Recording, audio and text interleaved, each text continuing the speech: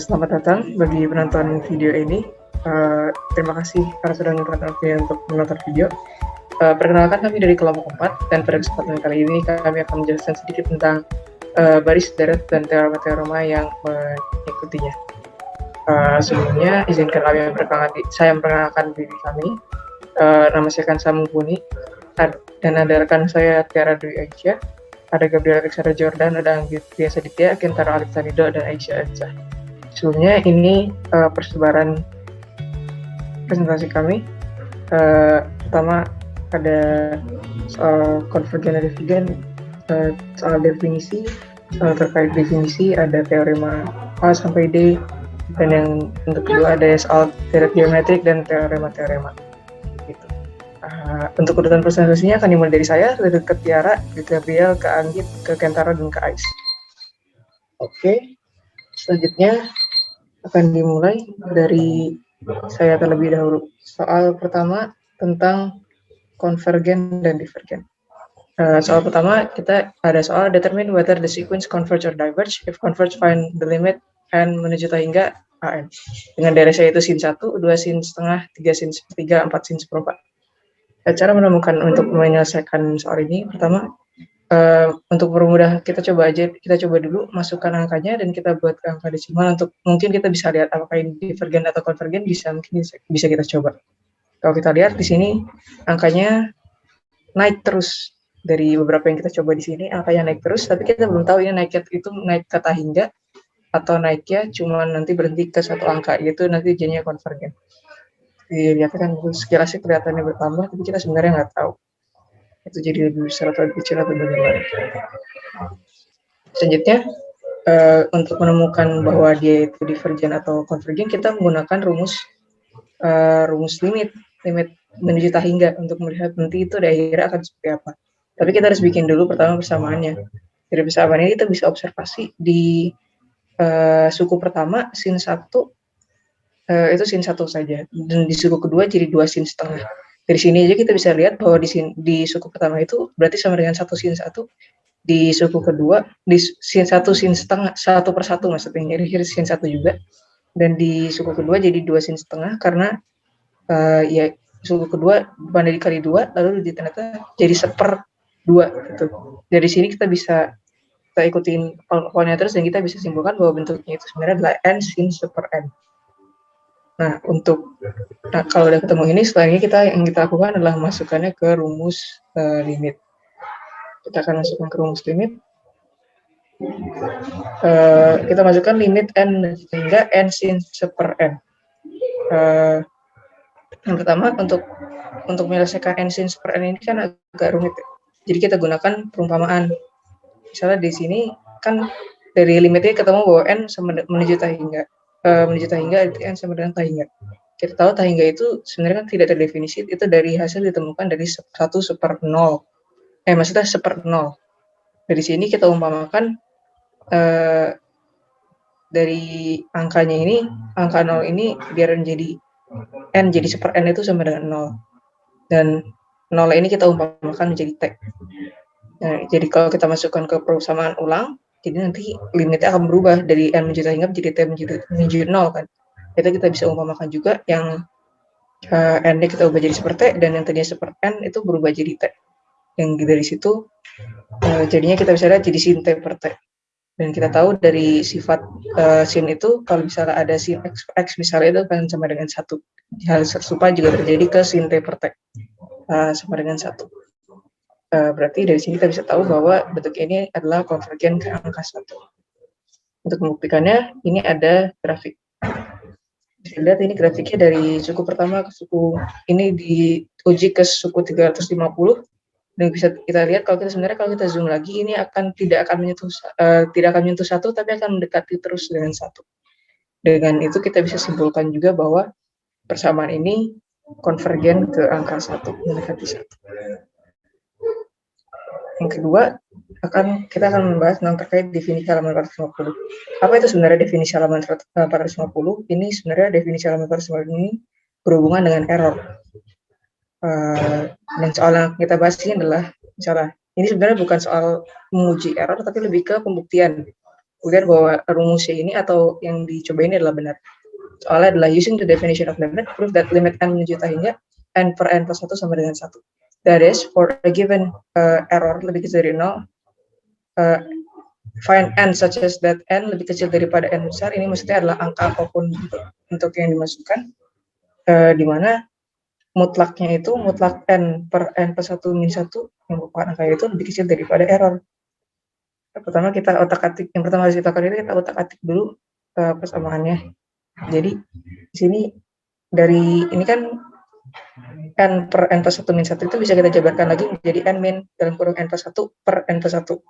Dari situ kita bisa simpulkan bahwa kita bisa otak-atik menjadi 1 per n plus 1 gitu kan. Karena ini n min n kan sama dengan hilang. Lalu kita lanjutkan.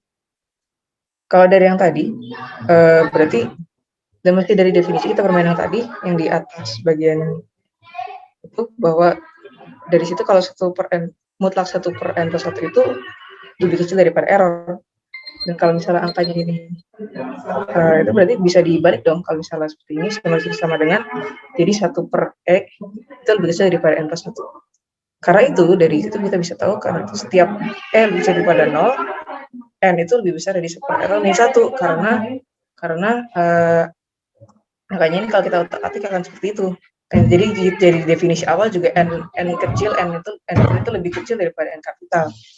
Dari situ kalau kita masukkan angkanya ke dalam rumus, berarti kita bisa terbukti bahwa n itu lebih kecil daripada n kapital, dan juga membuat n per n plus 1 min 1 itu lebih kecil daripada errornya. Dan kalau udah kayak gini, mau masukin berapapun angka errornya itu, semuanya akan memenuhi syarat. Karena untuk ini lebih membuktikan, kita mainin di situ jadi n per n plus 1 sama dengan 1 untuk grafiknya. Ini bisa ditemukan bahwa n per n plus 1 itu memang iya, yaitu konvergen ke angka 1. Dan ini kalau kita masukkan angka error berapapun, itu akan sama dan akan memenuhi persamaannya. Sekian dari saya, dilanjutkan ke rekan saya.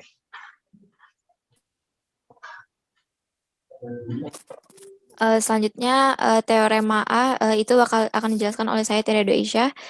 Contoh soalnya ada limit n menuju tak hingga 4n kuadrat ditambah 2 dibagi n kuadrat ditambah 3n dikurang 1. Jadi pertama-tama yang harus kita lakukan untuk menyelesaikan dari soal ini yaitu membagi masing-masing variabel dengan n yang memiliki pangkat terbesar, yaitu n kuadrat. Jadi limit n menuju tak hingga 4n kuadrat dibagi n kuadrat ditambah 2 per n kuadrat dibagi n kuadrat dibagi per n kuadrat ditambah 3n per n kuadrat dikurang 1 per n kuadrat. Sehingga hasil akan dihasilkan limit n menuju tak hingga 4 ditambah 2 per n kuadrat dibagi 1 ditambah 3 per n dikurang 1 per n kuadrat. Nah, setelah ini baru kita bisa memasukkan teorema A, teorema sifat-sifat barisan ini, di mana limit n menuju tak hingga limit n menuju tak hingga A plus minus B itu akan memiliki nilai yang sama dengan limit n menuju tak hingga A plus minus limit n menuju tak hingga B. Jadi bisa kita terapkan yaitu limit n menuju tak hingga 4 ditambah limit n menuju tak hingga 2 dibagi n kuadrat, lalu dibagi limit n menuju tak hingga 1 ditambah limit n menuju tak hingga 3 per n dikurang limit n menuju tak hingga 2 per n kuadrat. Oh iya, ada juga teorema lain yang bisa dipakai ketika limit n menuju tak hingga A per B itu bisa kita jabarkan menjadi limit n menuju tak hingga A dibagi limit n menuju tak hingga B. Sehingga akan diperoleh hasilnya 4 ditambah 0 dibagi 1 ditambah 0 ditambah 0 yang akan menghasilkan 4. Untuk pembuktian limitnya bisa kita lihat di grafik berikut bahwa hasil dari limit yang tadi yang hasil 4 sesuai dengan grafik, di mana ketika menuju angka 4 itu nilainya tak hingga. Soal materi selanjutnya ada teorema B, yaitu teorema Apit. Contoh soalnya hasil dari limit n menuju tak hingga cos NV dibagi dengan n. Jadi nilai cos nilai dari suatu cos theta itu hanya antara -1 sampai dengan 1. Di sini kita bisa memanipulasikan persamaan berikut dengan membagi semua persamaan ini dengan n, sehingga sesuai dengan soal. Lalu kita tambahkan dengan limit sehingga diperoleh limit n menuju tak hingga 1 dibagi n kecil sama limit n menuju tak hingga cos nv dibagi dengan n kecil sama limit n menuju tak hingga 1 per n. Di sini di mana kita menemukan limit n menuju tak hingga dan limit n menuju tak hingga min 1 per n dan limit n menuju tak hingga 1 per n itu menghasilkan 0. Jadi karena nilai dari limit n menuju tak hingga cos nv per n itu antara 0, tentu saja nilai dari limit ini, limit n menuju tak hingga cos nv per n sama dengan 0. Bisa kita lihat di bawah ini, jika an dan cn konvergen ke L dan an kecil sama bn kecil sama cn, untuk n besar sama k, di mana k itu adalah bilangan bulat, maka bn juga konvergen ke L. Sesuai dengan hasil yang kita peroleh tadi dengan persamaan yang tadi, di mana limit n menuju tak hingga cos nv per n itu hasilnya sama dengan 0. Sesuai dengan grafik yang ditemukan, sesuai dengan persamaan yang telah kita cari tadi. Sekian dari saya.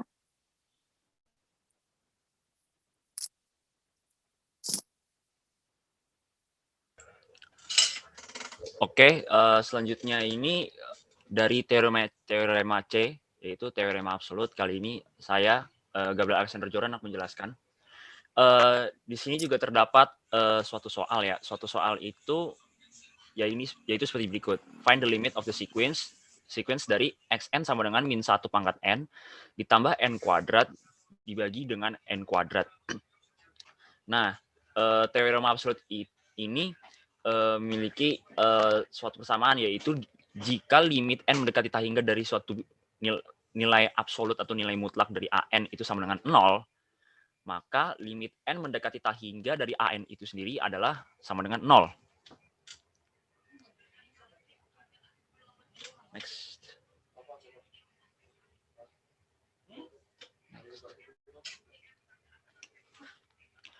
Oke, dari soal di atas, yaitu limit n mendekati tak hingga dari min 1 pangkat n ditambah n kuadrat dibagi dengan n kuadrat, kita bisa menyelesaikan soalnya dengan yang pertama, kita tahu bahwa jika pembilang itu terdapat dua operasi bilangan, ada operasi bilangan, maka kita bisa memisahkannya dengan syarat apabila penyebutnya itu hanya terdapat satu variabel saja.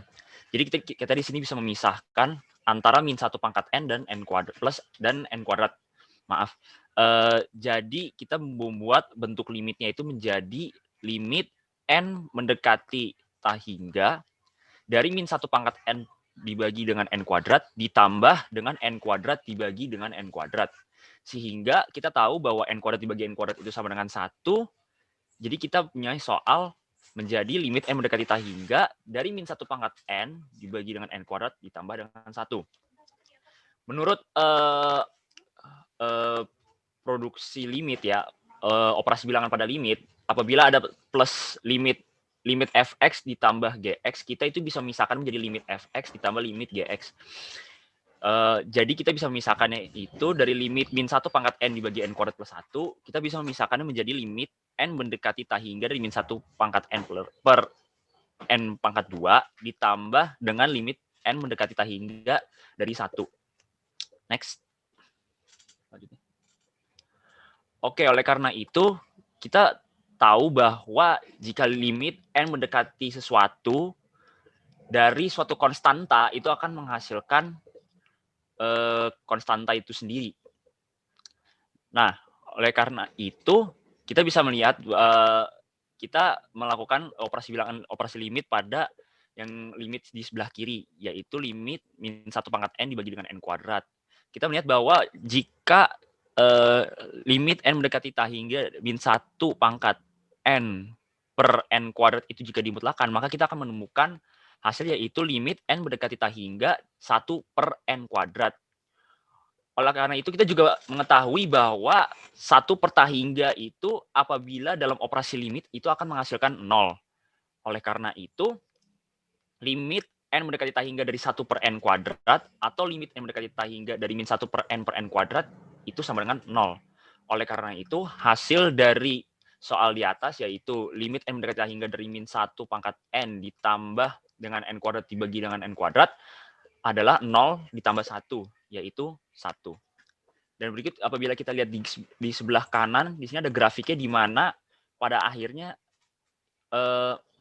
persamaan tersebut itu akan mendekati 1 ya, mendekati 1.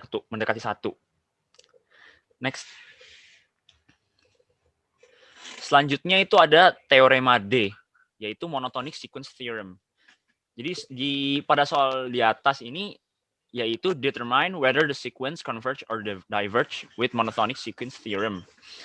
Oke, pada soal itu diminta menentukan apakah barisan konvergen atau divergen menggunakan teorema monotonik, yaitu soalnya adalah sigma n sama dengan 1 sampai tak hingga dari min 1 pangkat n per n kuadrat. Oke, kita sekarang mencari beberapa barisan, beberapa nilai dari UN ya. Tidak sampai tak hingga, tapi hanya beberapa saja.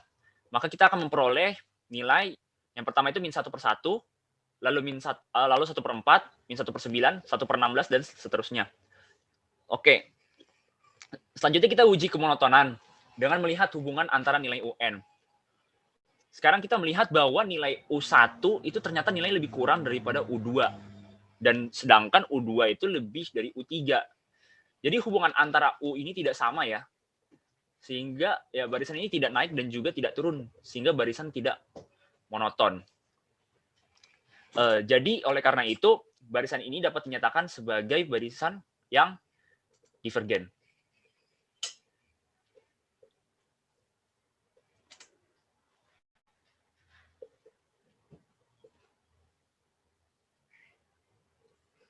Oke, itu saja dari saya. Selanjutnya akan dilanjutkan lagi oleh rekan kerja saya. Terima kasih. Untuk pembahasan selanjutnya akan dilanjutkan oleh saya, Anggit. Kita akan masuk ke bahasan 9.2 di mana akan deret aritmatika dan geometri. Tapi sebelumnya, apa perbedaan deret aritmatika dan geometri? Untuk sederhananya, deret aritmatika bergerak dari satu angka ke yang berikutnya dengan selalu menambahkan atau mengurangi nilai yang sama. Sedangkan deret geometri bergerak dari satu angka ke yang berikutnya dan selalu mengalihkan atau membagi dengan nilai yang sama. Jadi untuk deret aritmatika itu biasanya menggunakan notasi B, sedangkan B untuk beda, sedangkan deret geometri itu menggunakan R atau rasio. Kemudian di soal yang pertama, kita diminta untuk mencari jumlah dari sigma 3N plus 2 dari nilai 1 sampai dengan 10. Di sini cara yang digunakan adalah pertama-tama mencari nilai dari suku pertama, yaitu A1, dengan cara memasukkan angka 1 ke dalam persamaan, yaitu 3 kali 1 tambah 2, kita masukkan 5. Kemudian mencari suku ke-10, yaitu dengan memasukkan angka 10 ke dalam persamaan. Menghasilkan 3 dikali 10 tambah 2. Jadi mendapatkan 32. Kemudian kita diminta untuk mencari jumlahnya pada suku ke-10, sehingga kita memasukkannya ke rumus.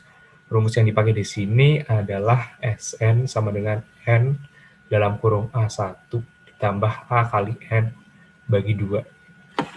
Di mana N yang kita pakai adalah 10, sehingga ketika dimasukkan menjadi S10 sama dengan 10 ditambah 5, 10 dalam kurung tambah 5 tambah 32 dibagi 2, menghasilkan 185.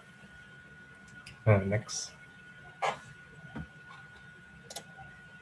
Dari soal tersebut bisa dilihat penggambarannya dalam grafik, di mana yang warna biru merupakan UN atau suku untuk baris ke N, sedangkan yang warna oranye adalah SN atau jumlah ketika ada di suku tersebut. Ini untuk persamaan UN sama dengan 3N+2. Next. Yang kedua adalah direct geometry. Di sini soalnya three people, A, B, and C divide an apple as follows. First, they divide it into fourths, each taking quarter, and they divide the leftover quarter into fourths, each taking a quarter, and so on. Show that each gets a third of the apple. Jadi di sini konsep yang digunakan adalah ada 3 orang yang membagi apel. Apel itu dibagi 4, kemudian setiap orang mengambil satu dan disisakan 1, yang 1 itu kemudian akan dibagi 4 lagi, dan kemudian diambil lagi masing-masing, dan seterusnya. Di sini kita diminta untuk membuktikan bahwa pada akhirnya setiap orang ini akan mendapatkan ukuran potongan apel yang sama, yaitu sepertiga. Jadi ukuran potongan yang akan didapatkan ketiga orang akan semakin kecil atau semakin mendekati 0, dan semua mendapat bagian yang rata. Maka next.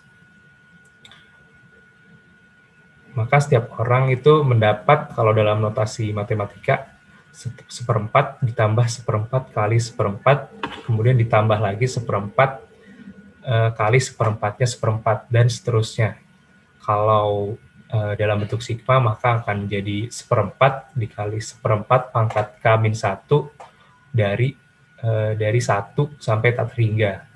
Di sini ketika dikembalikan lagi ke rumus awal direct geometry, maka kita mendapat A atau suku pertama itu 1/4, dan rasionya itu 1/4 juga. Kemudian kita memasukkannya ke dalam rumus direct geometry untuk jumlah, yaitu S tak terhingga sama dengan A dibagi 1 dikurangi R. Di sini A-nya adalah 1/4 dan R-nya itu 1/4 juga, maka kita masukkan 1/4 dibagi 1 min 1/4, dan menghasilkan 1/4 dibagi 3/4. Dan hasil akhirnya itu 1/3. Untuk jumlah pada suku tidak terhingga. Dari sini kita juga bisa lihat di penggambarannya dalam grafik. Untuk yang biru adalah UN untuk suku ke N, dan yang warna oranye SN itu untuk jumlah suku. Kita dilihat di warna oranye ini akan cenderung lurus di angka 1/3, mendekati 1/3, dan seterusnya. Sekian dari saya, akan dilanjutkan oleh rekan saya. Terima kasih. Selanjutnya tentang 9.2 teorema A akan dijelaskan oleh saya, Kentaro.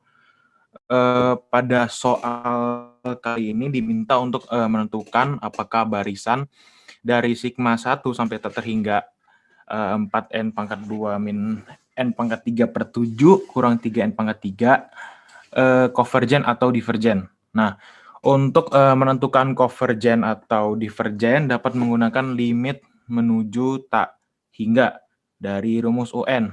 Nah, di situ sudah terdapat limit N sampai tak hingga 4N pangkat 2 dikurang N pangkat 3 per 7 dikurang 3 N pangkat 3 sama dengan limit N sampai tak hingga 4N pangkat 2 kurang N pangkat 3 diperlagi limit N sampai tak hingga 7 dikurang 3N pangkat 3. Lalu di bawahnya sama dengan lagi limit N sampai tak hingga 4N pangkat 2 per N pangkat 3 dikurang N pangkat 3 per N pangkat 3 lagi. Lalu diperlagi dengan limit N sampai tak hingga 7 per N pangkat 3 dikurang 3N pangkat 3 per N pangkat 3. Di bawahnya sama dengan lagi 0 kurang 1 per 0 kurang 3 sama dengan 1/3. Nah, di situ didapatkan hasilnya itu 1/3 atau divergen. Berdasarkan teorema A ini, jika limit menuju tak hingga dari UN sama dengan 0, maka baris merupakan konvergen. Lalu pada soal ini juga didapat limit dari UN bukan 0, maka barisan tersebut merupakan baris yang divergen. Bisa kita lihat pada grafik yang sudah dibuat di sebelahnya. Oke, boleh lanjut. Kita akan beranjak ke teorema A, di mana NTH term test for divergence. Pada soal ini diminta untuk menentukan apakah deret tersebut bersifat konvergen atau divergen. Namun kali ini akan menggunakan teorema A menggunakan limit. Jadi terdapat soal di mana sigma 1 sampai tak hingga 4K plus 1 per 7K-1. Nah, lalu kita diminta untuk menentukan apakah deret tersebut bersifat konvergen atau divergen. Selanjutnya, kita akan menyelesaikan soal tersebut menggunakan teorema di atas. Di situ ada terdapat penyelesaiannya di mana limit K sampai tak hingga 4K tambah 1 per 7K-1 sama dengan limit K sampai tak hingga 4 pangkat K dikalikan 4 per 7 pangkat K dikurang 7 pangkat -1. Lalu di bawahnya sama dengan lagi 4 dikali limit K sampai tak hingga 4 per 7 pangkat K dikali 1 per 7 min 1. Lalu di bawah sama dengan lagi 4 kali 0 kali 7. Maka hasilnya 0. Nah, dari penyelesaian di atas ini diperoleh hasil dari limit K mendekati tak hingga dari soal tadi adalah 0. Dan berdasarkan teorema A yang menyatakan if limit n to infinity n sama dengan 0, then sigma n sama dengan 1, to infinity of n converges. Oleh karena persamaan di atas ini menghasilkan 0, maka deret di atas merupakan deret konvergen dan dapat juga dilihat dari grafik yang berada di samping kanan. Oke. Itu saja dari saya. Selanjutnya bisa dilanjutkan oleh rekan kerja saya juga. Selanjutnya, saya Aisyah Aziza akan menjelaskan tentang soal yang berkaitan tentang teorema B. Jadi di sini ada sigma K sama dengan 0 tak hingga 2/4 pangkat K ditambah dengan 3 negatif 1/5 pangkat K.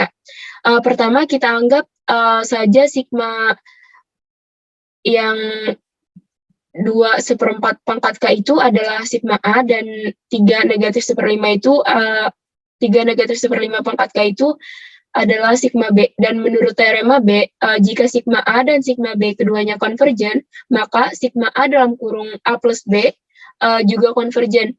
Dan dari teorema tersebut diketahui bahwa sigma dalam kurung A plus B sama dengan sigma A ditambah dengan sigma B.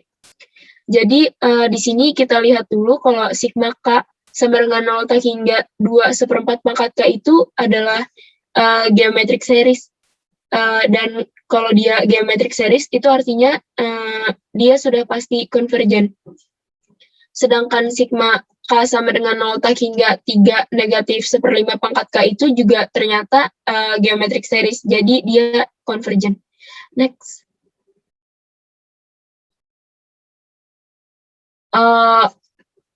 Dengan teorema B, kalau misalnya A konvergen dan B konvergen, jika dijumlah juga konvergen, maka soal ini konvergen.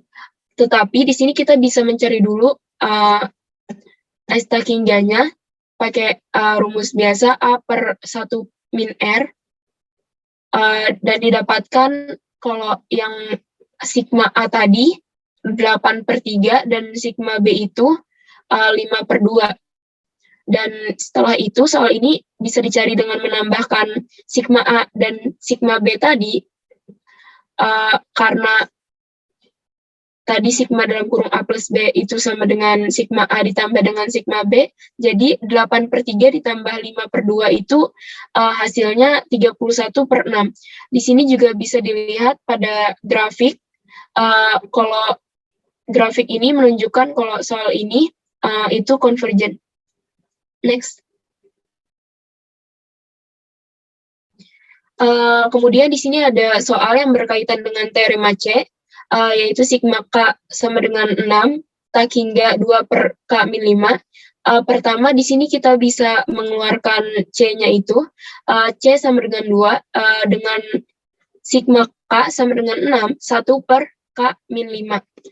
di mana kita bisa mencari baris awalnya dulu, 1/6 kurang 5, 1/7 kurang 5, dan seterusnya, dan didapatkan 1/2, 1/3, 1/4, 1/5, yang menunjukkan bahwa sigma tak hingga N sama dengan 1 per K itu I-series, sedangkan apabila itu I-series itu pangkatnya antara 0 sama dengan 1, itu berarti dia divergen. Maka teorema ini terpakai di mana menurut teorema C itu sigma K sama dengan 1, tak hingga AK divergen, dan C bukan sama dengan 0, maka sigma K1 tak hingga CAK juga akan divergen. Sehingga soal ini sigma K sama dengan 6 tak hingga 2 per K-5 itu divergen. Dan di sini bisa terlihat pada grafiknya kalau grafik ini menunjukkan soal ini divergen. Next. Sekian presentasi kelompok 4 dari kelas kalkulus 13. Mohon maaf apabila ada kesalahan yang kami lakukan. Terima kasih telah menonton video ini.